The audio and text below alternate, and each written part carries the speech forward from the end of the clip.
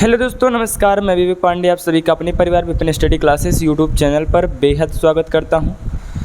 हमने अपने केमिस्ट्री की शुरुआत कर दी थी, तो मेरा केमिस्ट्री का 6 लेक्चर है, 6वां लेक्चर है, जिसमें हम आरंभ बैच का शुरुआत किए थे।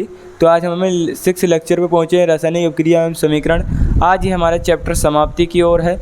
आज हम इस चैप्टर को ख़त्म कर देंगे, फिर उसके बाद हम अपने दूसरे चैप्टर को स्टार्ट करेंगे, जो हमारा दूसरा चैप्टर है अम्ल, क्षार तथा लवण, एसिड, बेस एंड, उसके बारे में पढ़ेंगे, लवण के बारे में पढ़ेंगे।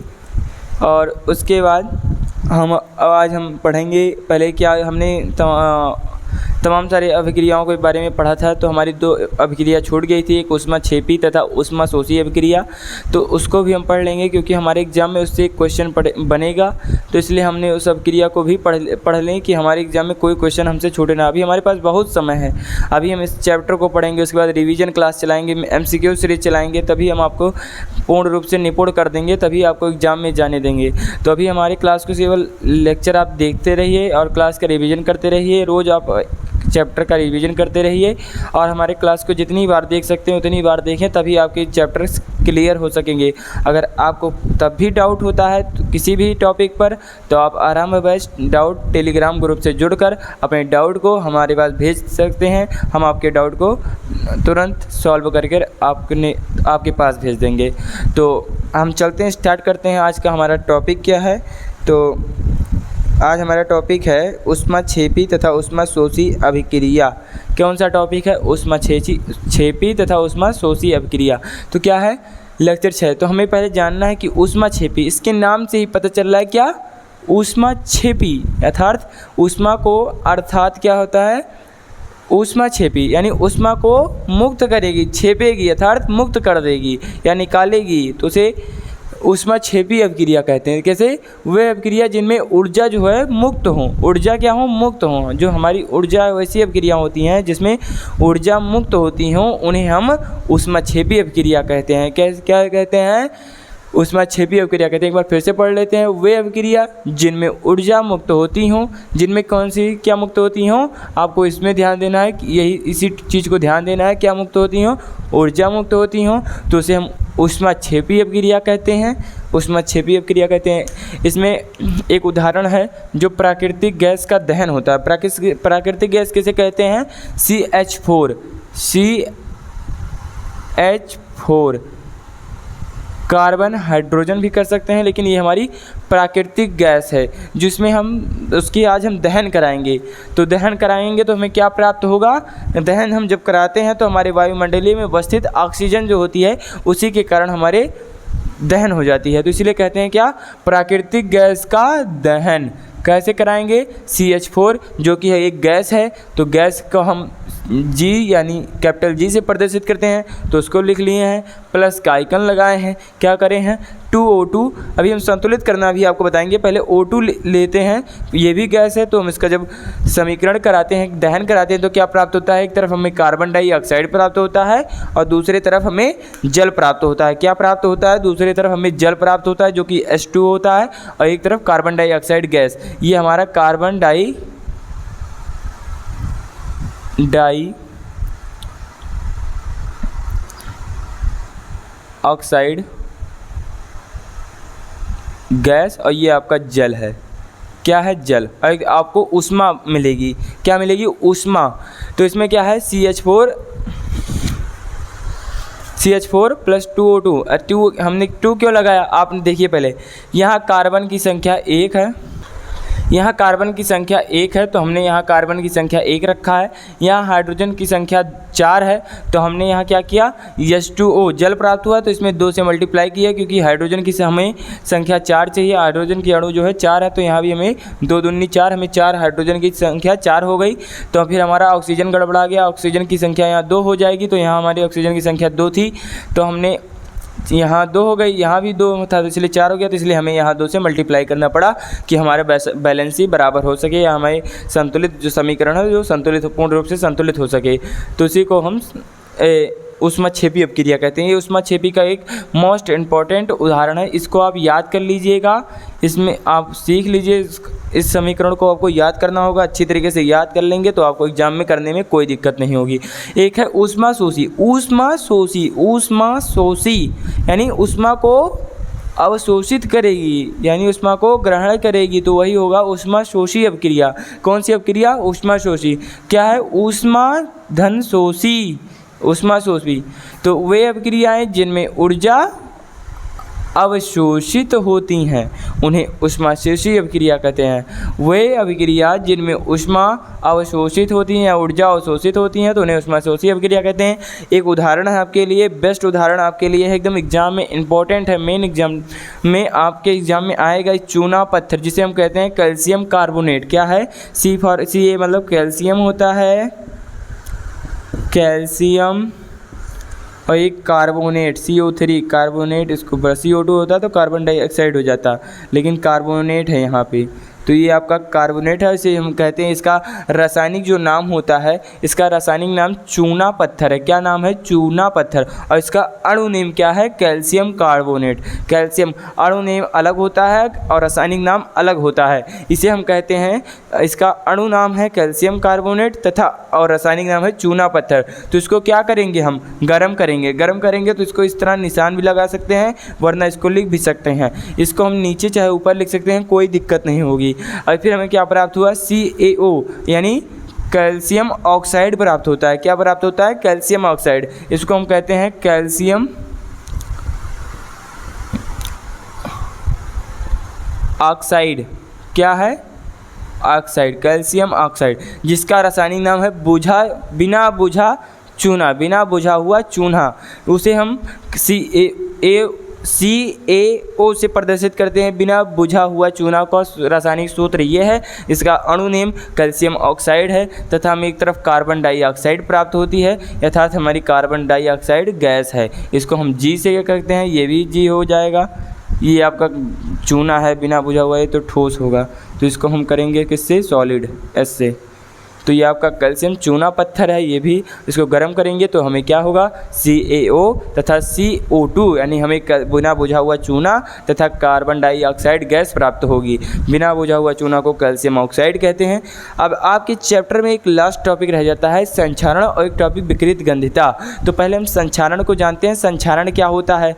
आपने पहले एक बात बताइए, आप कभी भी अपने साइकिल को बरसात के मौसम में रखे ज़रूर होंगे, तो आप देखते होंगे अब इस दिन आप कुछ दिन तक आप बरसात में रख दीजिए, पानी से भीगता जाए, और कुछ दिन आप उसे खुले में रख दीजिए, देखिएगा आपके साइकिल की रंग हल्का डाउन हो जाएगी, यानी कलर उड़ जाएगा, आपका कलर हल्का फीका हो जाएगा, मतलब उस कलर उड़ जाएगा। तो क्यों हो जाता है? आपने कभी सोचा? तो नहीं सोचा होगा, तो आज जानते हैं क्यों होता है। ये कारण क्या है कि हमारा साइकिल बाहर मौसम में रखते हैं तो साइकिल का रंग फीका क्यों हो जाता है कुछ दिनों बाद? तो इसी को कहते हैं संक्षारण, कोरोजिन। क्या कहते हैं? कोरोजिन। तो इसी को कहते हैं जब धातु, हमें जो लोहा होता है, धातु होता है, धातु को वायुमंडल यानी हमारे वायुमंडल, यानी जो हमारी चारों तरफ वायुमंडल है उसी में रखते हैं। क्या? हमारे वायुमंडल के संपर्क में रखा जाता है तो वायुमंडल में उपस्थित गैसों, क्या? गैसों, यानी जो हमारे वायुमंडल में उपस्थित चारों तरफ गैस होती हैं और तथा नमी, जो नमी होती है उसी के कारण उपस्थिति से धातु धीरे धीरे नष्ट होने लगते हैं। इस प्रक्रिया को संक्षारण कहते हैं। धातु खराब होने लगते हैं, धातु का रंग उड़ जाता है, तो इस प्रक्रिया को संक्षारण कहते हैं। और फिर इसके बाद संक्षारण की प्रक्रिया में धातु वायुमंडलीय गैसों से क्रिया करके ऑक्साइड, कार्बोनेट, सल्फाइड आदि यौगिकों का निर्माण कर लेता है। उसी को हम, जिनके कारण धातु का क्षय होने लगता है। क्षय का मतलब खराब होने लगता है। क्या होने लगता है? खराब होने लगता है। तो यही आपका संक्षारण का डिफिनेशन है। आज आप जान जाएंगे कि आपको हमारे साइकिल्स में क्यों जंग लगते हैं। तो इसीलिए इसी कारण होता है संक्षारण, क्योंकि हमारे जो वायुमंडल है उसके चारों तरफ गैस उपस्थित होते हैं, नमी रहती है, तो उन्हीं के कारण हमारे धातु में क्षय हो जाता है, यानी खराब होने लगता है। तो आई होप आज का ये क्लास आपको समझ में आया होगा, ये टॉपिक समझ में आया होगा। अगर जो आपको किसी भी टॉपिक पर दिक्कत होती है तो आप आरंभ डाउट टेलीग्राम पर भेज सकते हैं। अब हम चलते हैं संक्षारण के उदाहरण। संक्षारण के कौन कौन से उदाहरण, जैसे कि चांदी है, चांदी की देखते हैं आप कुछ दिन बाद वो काली रंग की हो जाती है। तो क्यों हो जाती है? क्योंकि उसे वायुमंडलीय की उपस्थिति में नमी तथा गैसों की उपस्थिति में आ जाता है, संपर्क में आ जाता है, उसे वो खराब होने, क्षय होने लगता है, काले रंग की आ जाता है। तो उसके उदाहरण को जानते हैं, जैसे चांदी का चमक कम होना। यहाँ हम लिखते हैं उदाहरण चांदी का, नहीं हम इसको मिटा कर लिखते हैं। एक बार इसका स्क्रीनशॉट ले सकते हैं अगर आपको लेना हो, वरना हम आपको बता ही दिए हैं। आप हमारी क्लास को रिवाइंड करके देखेंगे तो आपको फिर से समझ में आ जाएगा। तो मिटा देते हैं।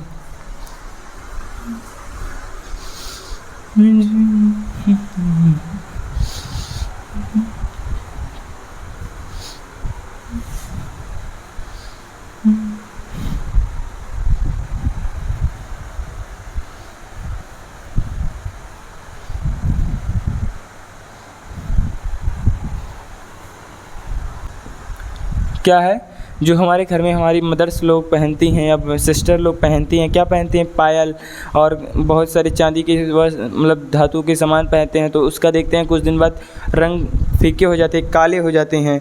और एक है तांबे की छड़ पर हरी परत का जम जाना। जो तांबे की हमारी क्या होती है, तांबे की जैसे कि लोटा जो होता है जिसमें हम भगवान को जल चढ़ाते हैं, हमारे घर में अधिकतर देखिए पूजा मंदिर में तांबे का लोटा रखा हुआ होता है। तो उसमें देखते हैं अगर हम उसको ढेर दिन मतलब कुछ दिन तक साफ़ ना करें तो उसमें हरे रंग की परत जम जाती है। क्या जम जाती है? हरे रंग की परत। तो क्यों हो जाता है? संक्षारण के कारण हो जाता है। तो यहाँ लिखते हैं तांबे की छड़ी पर हरे रंग की परत पड़ जाना, यानी लग जाना, ये सब संक्षारण के कारण होता है। आज आप जान गए होंगे कि ये सब क्यों होते हैं, आपने कभी सोचा नहीं होगा। लेकिन आप जब 10th क्लास में केमिस्ट्री के पहले चैप्टर में ये सब बताया गया हुआ है, तो हमने आपको धीरे धीरे बताते चलेंगे, तब बेसिक टू एडवांस लेकर चलेंगे कि आपको कोई दिक्कत ना हो केमिस्ट्री में, केमिस्ट्री से डर ना लगे। अब बहुत बच्चों को केमिस्ट्री से डर लगता है, केमिस्ट्री बहुत आसान सब्जेक्ट है। तो उसी को, और एक तीसरा है क्या? लोहे पर जंग लगना। लोहे पर जंग लगना, जो हम अपने बरसात के मौसम पर देखते हैं। हम अपने साइकिलों पर, जैसे कि हम अपने साइकिल को बरसात के मौसम में रखते हैं, फिर खुले में रखते हैं, तो कुछ दिन देखते हैं उसके रिम में जो होता है रिम, तो उस पर काले रंग या भूरे रंग की जो परत जम जाती है, मूर्छा लग जाता है, उसी को कहते हैं जंग। तो जंग लग जाता है। तो आपका इतना उदाहरण सफिशिएंट है आपके लिए। और उदाहरण आप लिख सकते हैं, जैसे कि बहुत सारे उदाहरण हैं। लेड का अपना जो संरचना है वो वीक हो जाता है। तो हम जानते हैं क्या?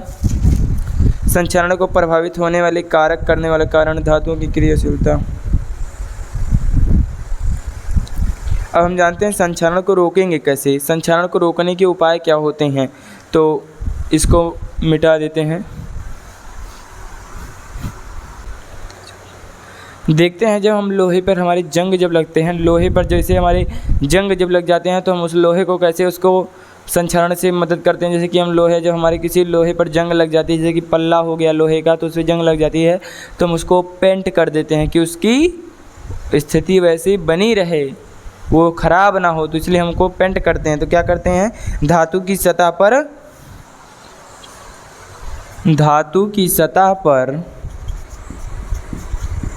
धातु की सतह पर पेंट कर देते हैं। क्या करते हैं? या जिंक का लेप लगा देते हैं, पेंट कर देते हैं, ताकि वह क्या?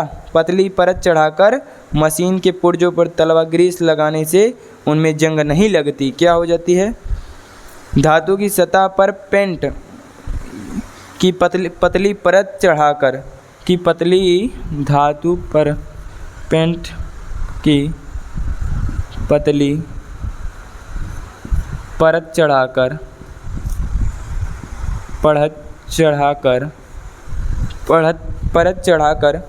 मशीन के पुर्जों पर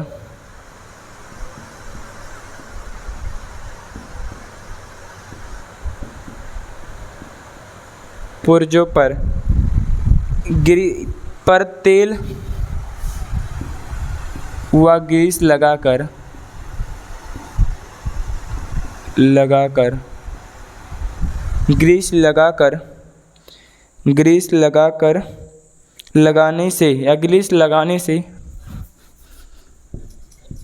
लगाने से धातु खराब नहीं होती,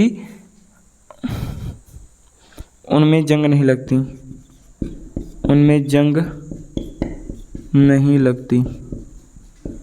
ऐसे हम अपने उसको बचा सकते हैं। और एक जैसे चांदी का जब हमारा हो जाता है तो उसको हम पानी में उबाल करके, जैसे कि मेरे घर में घरेलू नुस्खे से चांदी की चमक को वापस लाया जा सकता है। उसको सफाया जाता है। बाज़ार में अगर हम सोनार के पास उसको भेज दें तो वह हमारे उसको सफा सकते हैं। और तमाम सारे विद्युत लेपन का यूज करके अपने उस लोहे पर कर सकते हैं। अब हम जानते हैं विकृत गंधिता क्या होती है। विकृत गंधिता होता क्या है, तो उसको जान लेते हैं। विकृत गंधिता क्या होता है? विकृत गंधिता रैंसिडिटी। जैसे कि हमने अब देखा होगा कि हम अपने खाने को, जैसे भोजन को, जो खुले पदार्थ यानी खुले में रख देते हैं तो वह खाना में अजीब सी बदबू आने लगती है, सड़ जाता है खाना, तो वही विकृत गंधिता होता है। बदबू आने लगती है, उसी को हम कहते हैं विकृत गंधिता। आप एक क्वेश्चन का आंसर दीजिए कि हमारे जो ये होता है क्या, चिप्स जो हम लोग खाते हैं बाज़ार से ख़रीद करके, जो 5 रुपये 10 रुपये की आती है, उसमें कौन सा गैस भरा होता है? आप उसमें देख कर बताइएगा या सोच कर बताइएगा अपने एग्जाम को। क्वेश्चन क्या है? विकृत गंधिता रैंसिडिटी। भोजन में तेलों या वसाओं के ऑक्सीकरण के परिणाम स्वरूप गंध तथा स्वाद का विकृत होना विकृत गंधिता कहलाता है। विकृत गंधिता की प्रति ऑक्सीकारक मिलाकर, क्या प्रति ऑक्सीकरण यानी प्रति ऑक्सीजन कारक मिलाकर निर्वात पैकिंग यानी बिना हवा की पैकिंग की जाती है। पैकिंग करके वायु को नाइट्रोजन से प्रतिस्थापित करके खाद्य पदार्थों का प्रशिक्षित करके रोका जा सकता है। यानी हम अपनी खाना को, जो हमारी नाइट्रोजन हैं वो हमारे कुछ लंबे समय तक उसको रोके रहते हैं। जैसे जो हमने पूछा आपके कि चिप्स के पैकेट में कौन सी गैस भरा जाता है, यानी चिप्स के पैकेट में कौन सा गैस होता है, तो आपने सोचा होगा कौन सा गैस होता होगा, तो इसमें नाइट्रोजन गैस को रखा जाता है कि ताकि वह लंबे समय तक सुरक्षित रह सके। नाइट्रोजन गैस की वो प्रतिस्थापित करके खाद्य पदार्थों को प्रशिक्षित करके रोकता है यानी रोका जा सकता है। तो इसमें नाइट्रोजन गैस आपका आंसर हो जाएगा। कौन सा? Nitrogen gas. ऑक्सीजन नहीं डाला जाता है क्योंकि वह खराब कर देता है। जैसे कि हमारे उपस्थित वायुमंडल में ऑक्सीजन उपस्थित है, नाइट्रोजन भी उपस्थित है, तो नाइट्रोजन हमारे खाद्य पदार्थों को लंबे समय तक सुरक्षित रख सकता है। तो आज के लिए इतना ही, मिलते हैं नेक्स्ट वीडियो में। तब तक के लिए जय हिंद, जय भारत, जय मां सरस्वती।